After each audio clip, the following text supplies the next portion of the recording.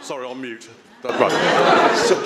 So, ladies and gentlemen, good afternoon and a very, very warm welcome. And what a truly extraordinary place. And what a very, very lovely ceremony. And what truly wonderful collection of guests. And you're all very, very welcome. There are, of course, people who can't be here today. One of those is Sophie's father, Peter, who very sadly passed away in 2019. The other are her grandparents, so Caroline's parents, who she knows as Mama and Bopper. But I have to say, I believe, by the magic of modern technology, they've actually been able to watch the ceremony because we live streamed it through Zoom. And the other is her paternal aunt, so Peter's sister, who she calls Auntie Lina, who also, I believe, has been able to watch it. And there will be other friends and other people who've sadly not been able to be here today.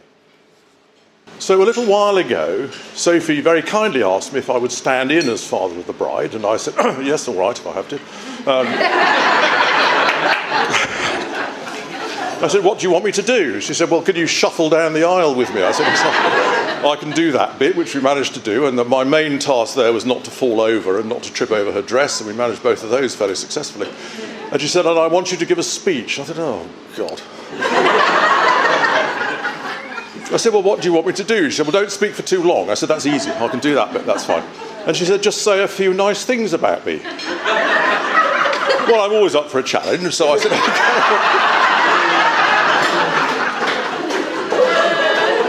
So I said, well, I'll do that. And then you think, well, where do you start?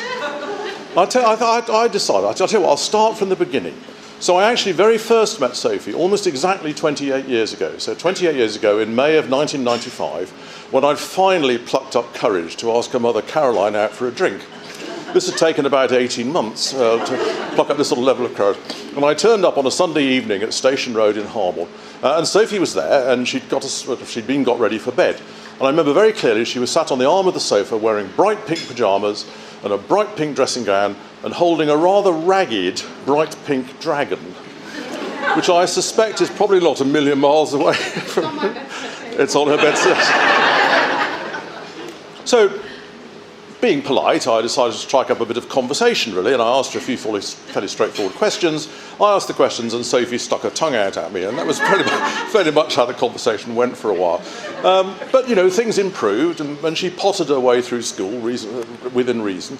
And one of the things I do remember from school was that actually she was to be bridesmaid for her godfather, Andrew, who sat over there. And we'd gone down the night before in order to have to be ready for the wedding the next day. And we went out for supper. And Andrew again tried to engage this young lady in intelligent conversation. I could have warned him about the challenge to do that, but so he did. So he asked her a very reasonable question. And he said to her, now, Sophie, tell me, what's your favourite lesson at school? Well, this produced a lot of sucking of teeth and frowning and really not quite sure. And then all of a sudden the answer came to her. And she smiled and she looked him straight in the face and she said, lunch.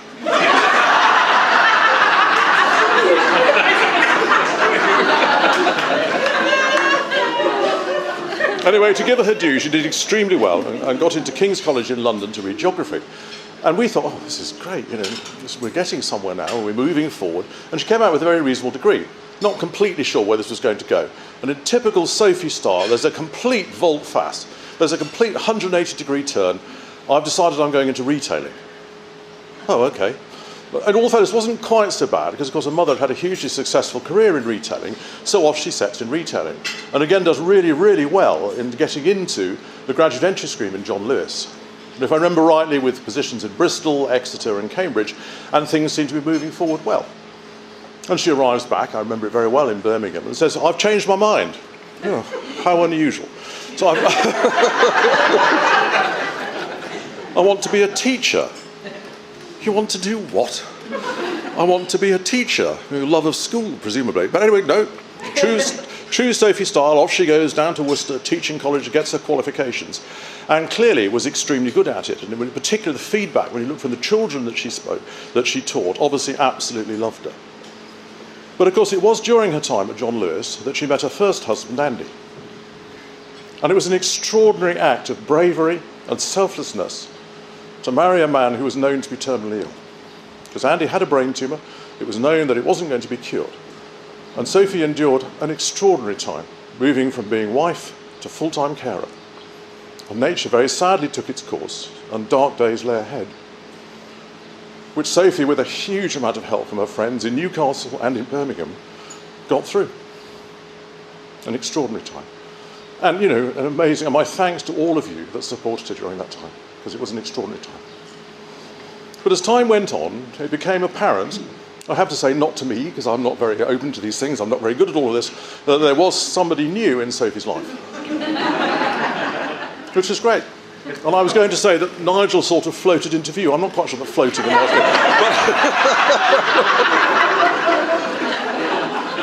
but nor to me either, I would hasten to point out before anyone talks about kettles and pots, and I completely understand.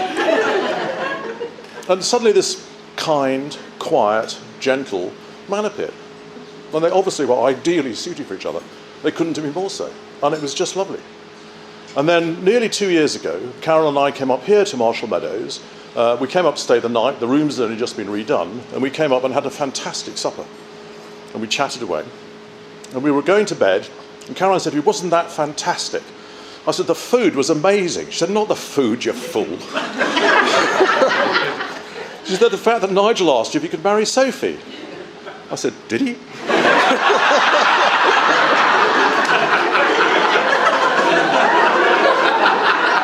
And I'm sure he did, but I just wasn't quite sure I'd completely heard. Anyway, apparently I said yes.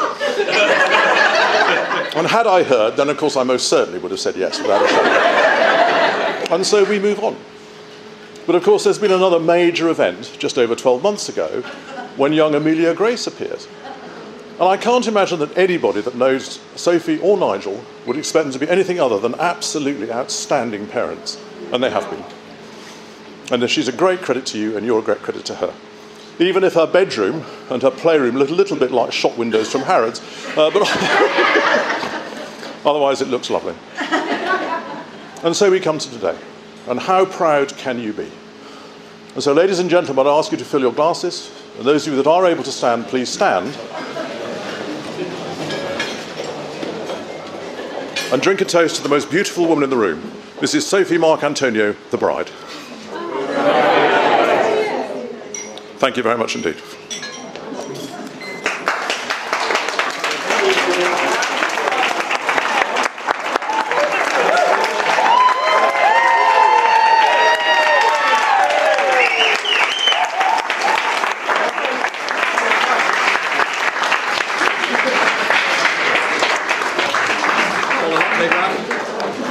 Wow, follow that. Luckily, I had an epic speech written for the day, but now I'm married, I've been told I've got to read this one instead, so... Firstly, on behalf of my wife and I...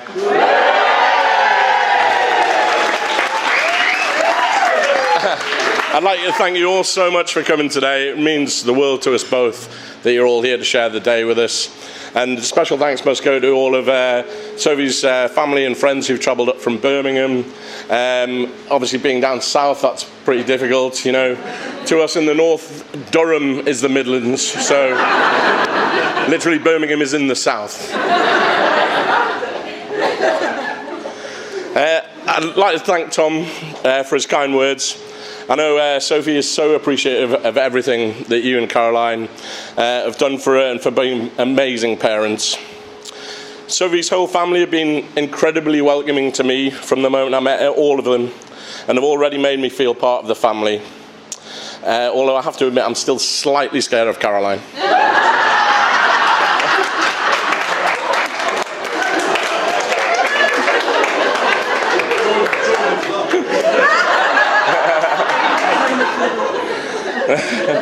Sophie's grandparents, Mama and Bopper, couldn't join us today, but are watching everything over Zoom as Bopper recovers from his operation.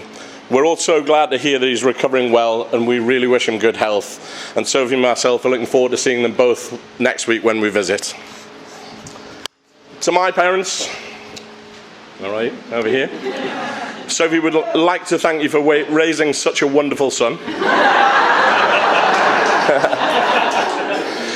But in all seriousness, I cannot thank you enough for all the love, support, and just for being there and being amazing parents as well.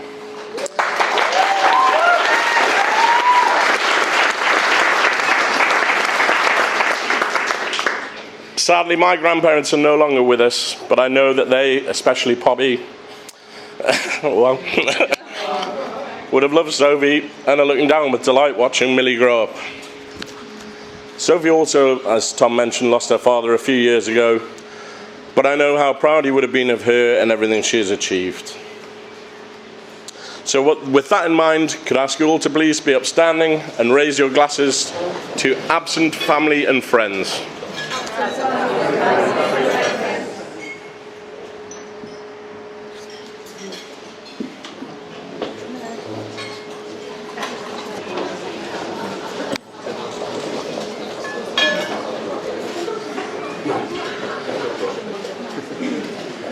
There are a lot of people in the room who have helped to make this day extra special.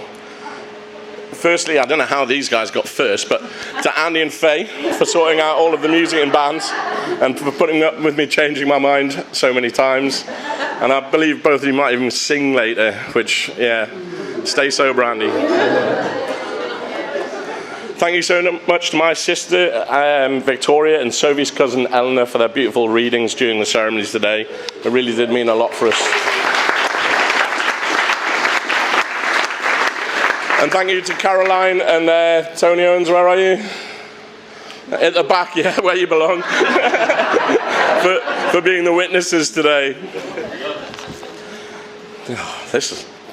Next to all the staff here at the hotel and at the parlour in Shotton, I'm very fortunate to have such a fabulous team of dedicated staff.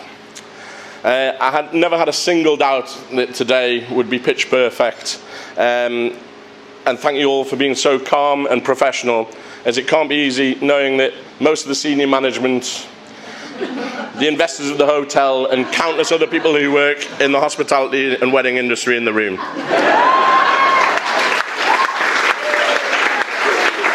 No pressure, guys. Special thank yous must go to our executive chef, Richard.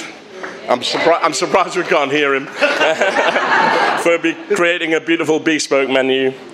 To Lynn, Fraser and Molly, who are running today. To James, the hotel GM, for organising everything in advance. To Martin, Steve and Scott for doing a stellar job looking after our other two venues while we've been concentrating on trying to organise this wedding. And of course, we couldn't not mention Alex for making another 1 million scones this year.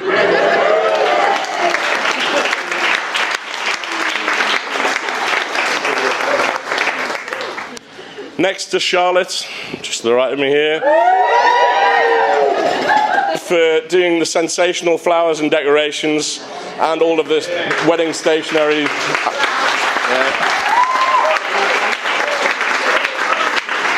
I think everyone will agree the room looks absolutely amazing, the venue looks stunning, and you've outdone yourself once again.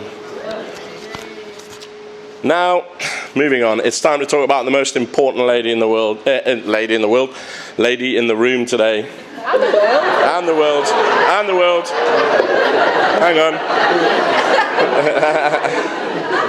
She makes me smile every single day and brings me so much happiness. I am, of course, talking about our beautiful daughter, Millie.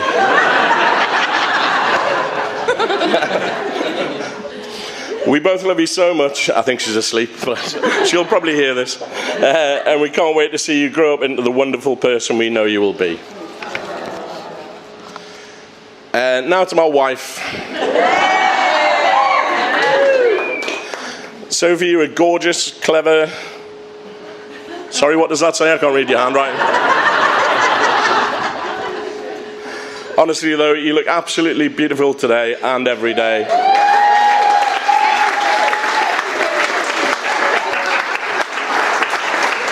You really do make me the happiest man in the world, and I love you to bits. And I can't wait to spend the rest of our lives together as a family.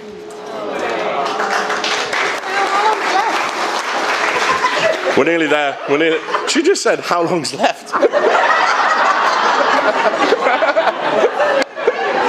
get my coat. To my best men and ushers, to Steve, Martin, Alex and James, thank you for stepping up and making the announcements today and for being just all-round great friends. A special thank you must go to Nigel and Scott, my best men. You've both been incredibly supportive over the last few months. Here it goes. You both did a stellar job organising this stag do. It was a great weekend, and I laughed so much my ribs hurt. I'm presuming that's what happened to Damien as well. Where is he? However, both Scott and Nige do have their downsides. They're exceptionally untrustworthy. You can't believe a single word they say. And I just really wouldn't listen to anything they've got to say when they stand up in a minute. I mean, Nige is a dentist, and have you ever met a trustworthy dentist? Literally specialises in torture. And I'd like to remind Scott that I haven't processed the payroll this month. Not to condemn their character any further, but if anyone would like to know some stories about Nige and Scott, and why you should never buy the first pint of Guinness from Scott,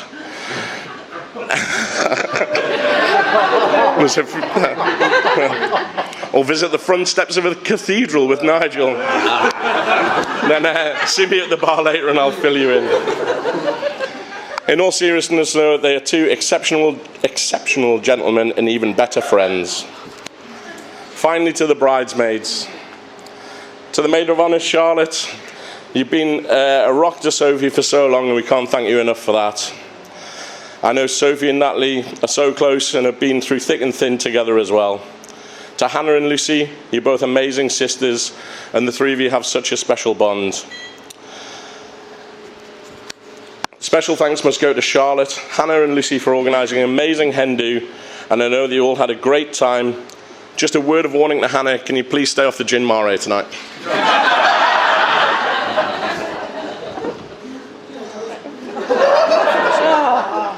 He said it's all over, we're not serving spaghetti, so you'll be okay, but he didn't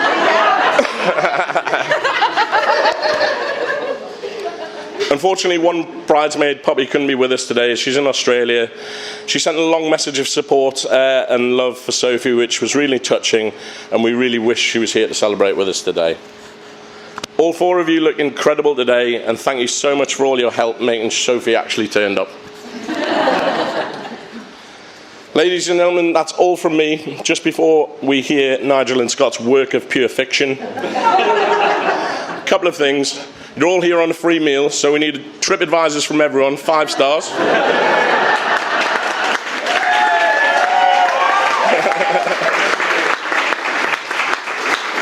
And finally, can I ask you all to please be upstanding and raise your glasses to the bridesmaids.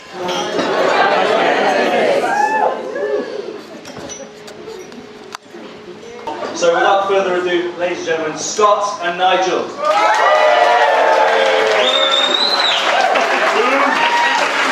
Who's that booing? Hi everyone. Firstly, I hope you've all had a wonderful day so far. What a beautiful ceremony. Fantastic venue. 2 pretty amazing speeches that we've unfortunately got to follow. I'm sure you're all looking forward to a fabulous meal ahead, and like us the rest of the evening. Yes indeed, Nigel. So I'm Scott the best man, one of those who may be feeling a bit tiddly after the drinks reception and think they're seeing double your not. There is a second inferior best man to my left called Nigel. Yeah, thanks, Scott. Yeah, I'm Nigel. I happen to share the most amazing name with the groom. And so I think for the purpose of the speech, it's going to get really confusing. So, Scott, you must refer to me as Dave. Good idea, Dave. We'll do that. That's a good name. Yeah, so Nigel didn't actually allude to this in his speech, but I'm here on merit as being the only groomsman who happens to actually be a friend.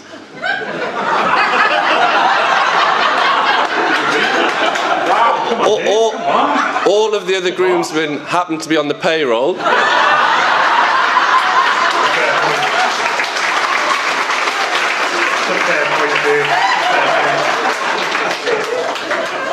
The question is, did I get here just because I share a name? Who knows? So now, given for those legends that happen to be on the stag do, you may not realise that both Scott and I, we've never performed as a double act before. We've never, no. But as everyone knows, the secret to a successful... Timing.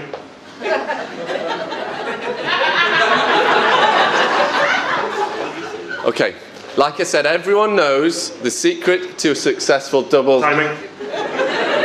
Scotland, come on. We've practiced this. Come on.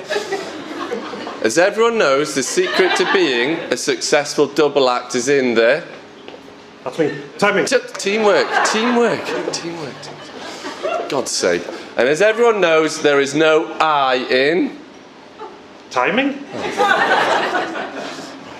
Right, anyway, I think we should get on with the formality. So a big thank you to the Maid of Honour Charlotte and to the bridesmaids. The bridesmaids, Hannah, Lucy and Natalie, you all look absolutely gorgeous. I'm sure you'll agree, and everyone will agree, you've done a great job looking after Sophie.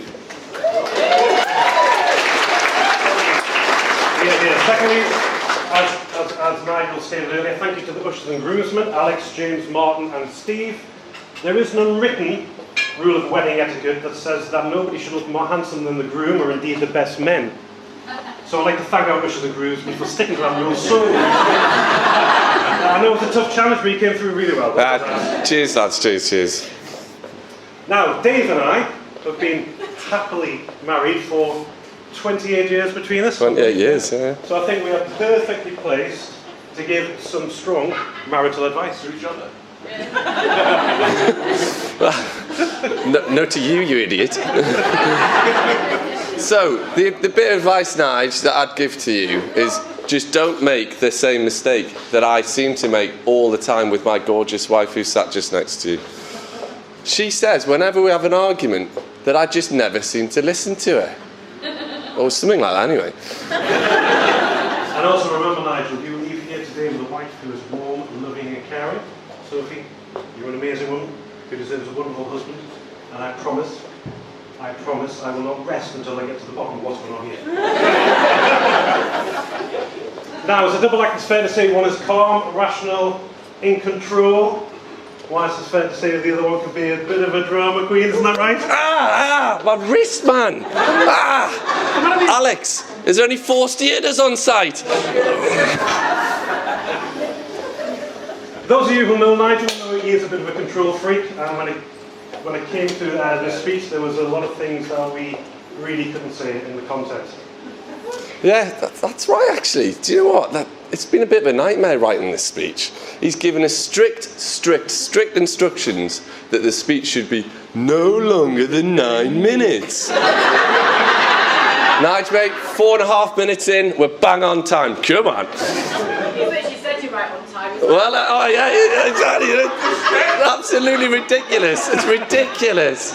So he's given us a list of things that we can and can't say because he is humbly adamant that there are a million stories about him. Is this the list here? Yeah. Yeah. Give me this here. What's the story about the stripper on the stag do on this? Sorry. I didn't see it, but I can tell you he was a lovely fella. He was such a hunk. He had big muscles. And those budgie smugglers he was wearing, he had a great set of... Balls! Steady on. I'll drop this. So, Dave, that's weird. I can't remember seeing anything on there either about ex-girlfriends. funny that, isn't it? So now we're talking about stag do's. What was your favourite?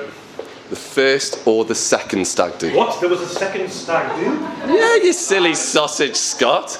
There was the trip to Portugal. Honestly, it's not another stag do. We're just playing golf. It's definitely not another stag do. Yeah, the annual golf trip.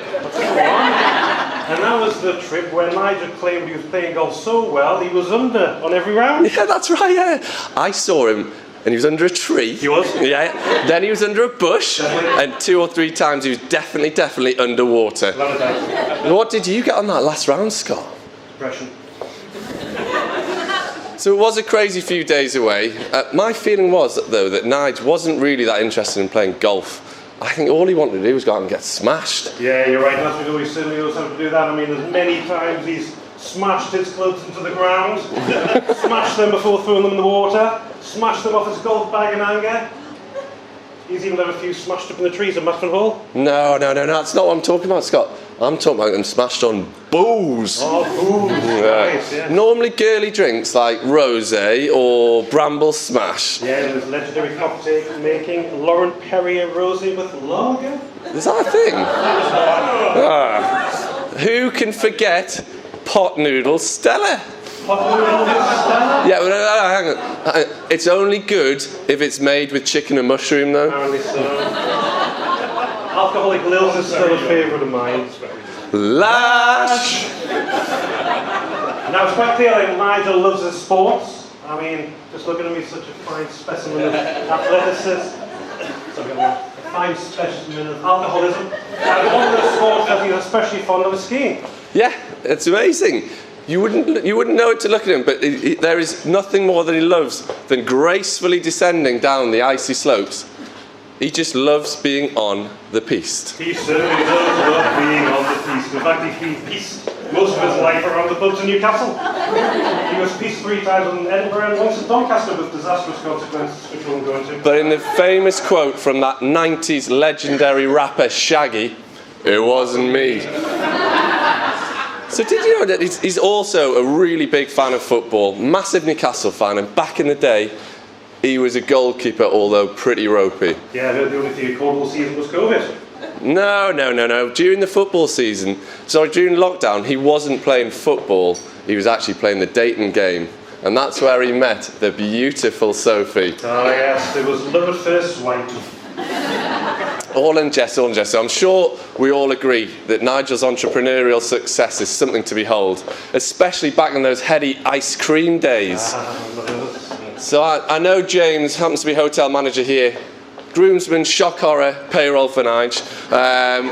He was worried that hundreds and thousands might be attending today. I also heard Sophie might be worried about light sprinkles of rain. See, we did that today. Very good, very good. And it all started 10 years ago when you opened the parlour. For him, it was a cream come true. Yes! Like he won the Joe Lottery. Yes! I heard he bought the place for a scoop. Like it. But he couldn't whip up the ice cream business. That's it. And it was a shame when he had to cone it a day. Yeah, he was very overworked and stressed, didn't enjoy the weekends, especially working on Sundays. Yes! That's enough. No more ice cream puns. In all seriousness, Nigel's career has gone from strength to strength. And just at the drinks reception yesterday, one of his staff came up to me and said, "You know what, I love Nige. He's almost like a god to me." I can contest that being quite true, Dave. He's rarely seen. He's holier than thou. And if he actually does any work, it's a bloody miracle.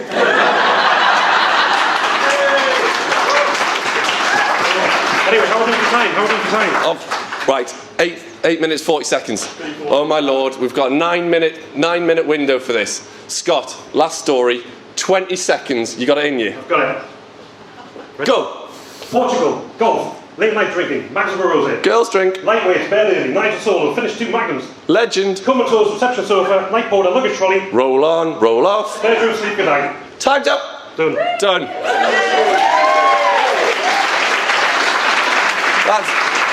We're done. We're out of time. So I'm really sorry there's no more from us. Martin, Nige, we're off to abuse the staff at Asda. You coming? No, come back.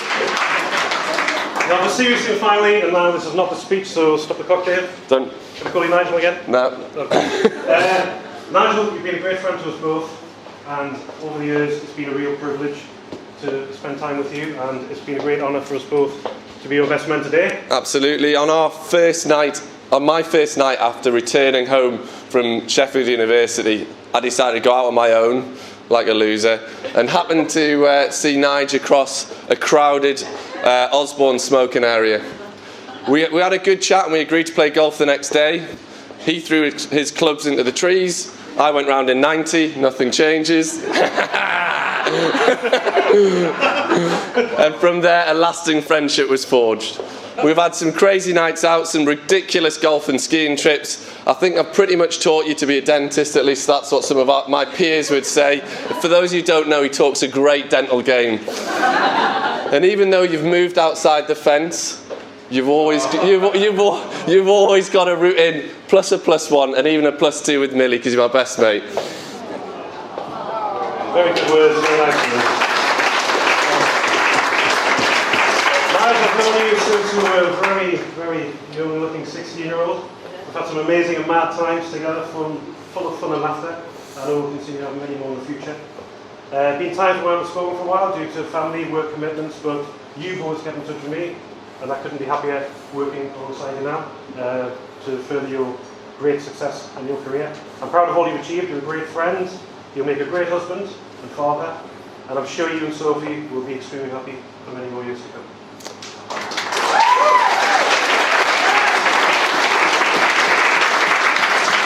And from Scott and I, as two men who will drink to possibly anything, can I please ask you all to be upstanding and raise your glasses to one last toast to the happy couple, Sophie and Nigel.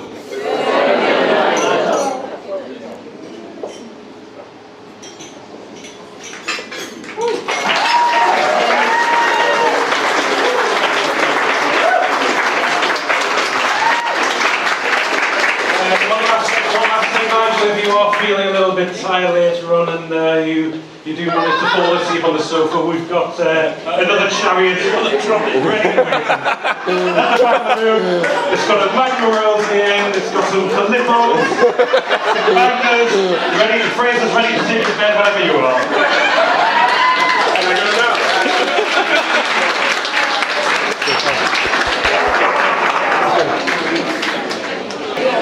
Ladies and gentlemen, that's the end of the speeches. We've got a fantastic 4-course tasting menu with wine pairing to follow, so relax and enjoy the meal. Well done, Steve.